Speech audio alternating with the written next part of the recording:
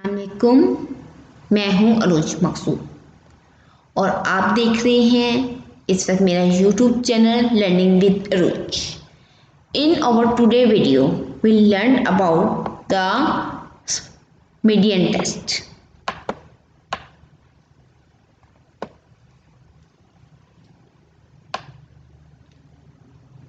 The median test कहते हैं, जो मीडियन टेस्ट है वो टू इंडिपेंडेंट रैंडम सैंपल्स को की इक्वालिटी को टेस्ट करने के लिए यूज होते हैं और वो दो रैंडम सैंपल अनइक्वल साइज के भी हो सकते हैं।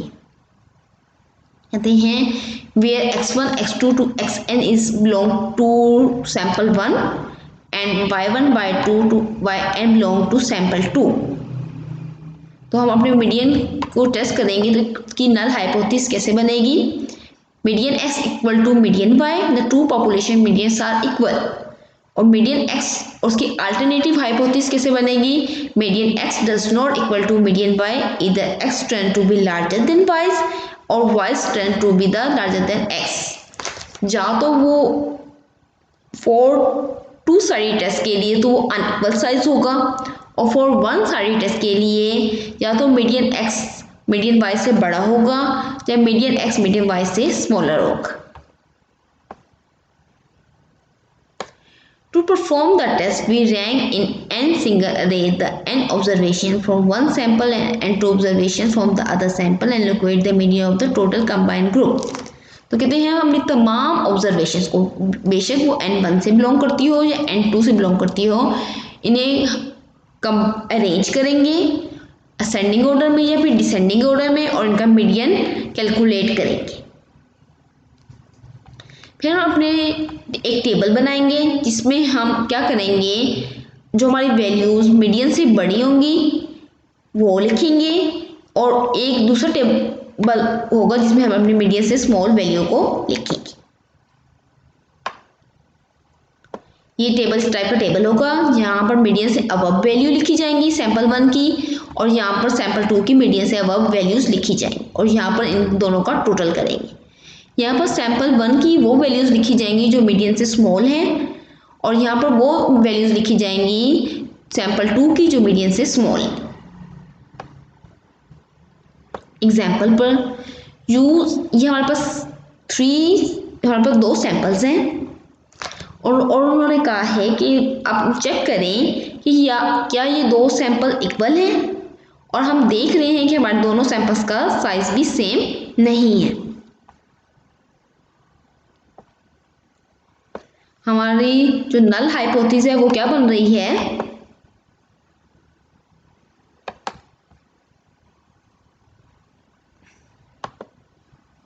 कि वो इक्वल हैं और अल्टरनेटिव हाइपोथेसिस हैं कि वो इक्वल नहीं है।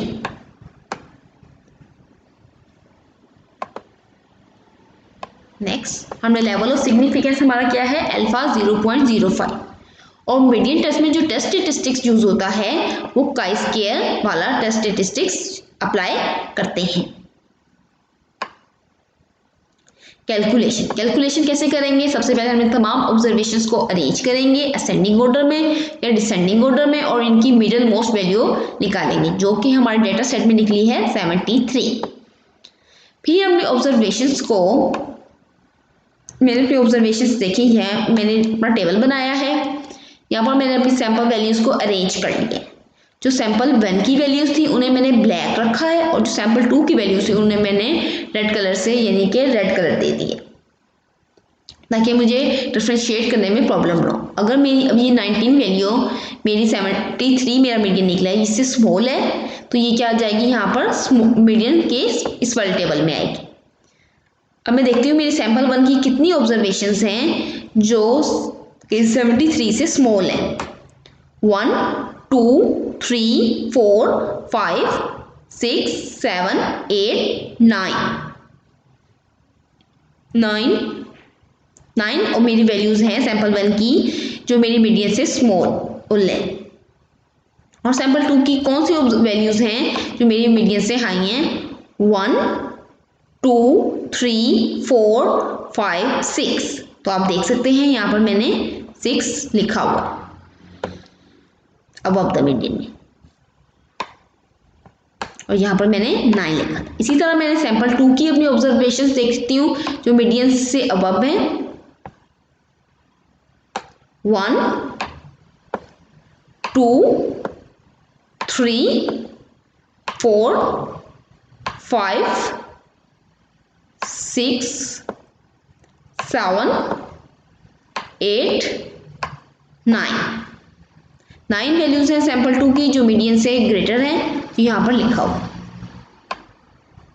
अब सैंपल 2 की वो ऑब्जर्वेशंस जो मीडियन से स्मॉलर हैं, 1 2 3 4 5 6, यहाँ पर 6 आ गया। अब हमने क्या किया, 6 + 9 15। यहाँ पर भी हमने क्या किया, 6 + 9 15, 9 + 6 15, 15 + 15 30, यहाँ पर भी 15 + 15 30। ये हमारा टेस्ट स्टैटिस्टिक्स का फॉर्मूला था और उसमें हमने अपनी सारी ऑब्जर्वेशंस को पुट कर दिए। n क्या था, 30। यहाँ पर आप देख सकते हैं n हमारे पास क्या है, 30। BC क्या बनता है हमारे पास, ये बनता है। BC की वैल्यू क्या आएगी, 9 × 9, B और ये C माइनस AD। A की वैल्यू 6 और यहाँ पर D की वैल्यू 6। इसी तरह A प्लस हम अपनी सारा डाटा कैलकुलेट करेंगे तो हमारे पास काई की वैल्यू, स्केयर की वैल्यू क्या आ जाएगी, 1.2।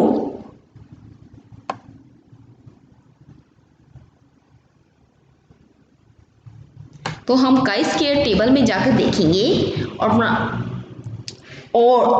The 5% critical reason for 1 degree of freedom. हमारे पास 2 सैंपल्स थे तो 2 में से 1 गए तो क्या हो गया, 1। हमारा डिग्री ऑफ फ्रीडम क्या बनेगा, 1।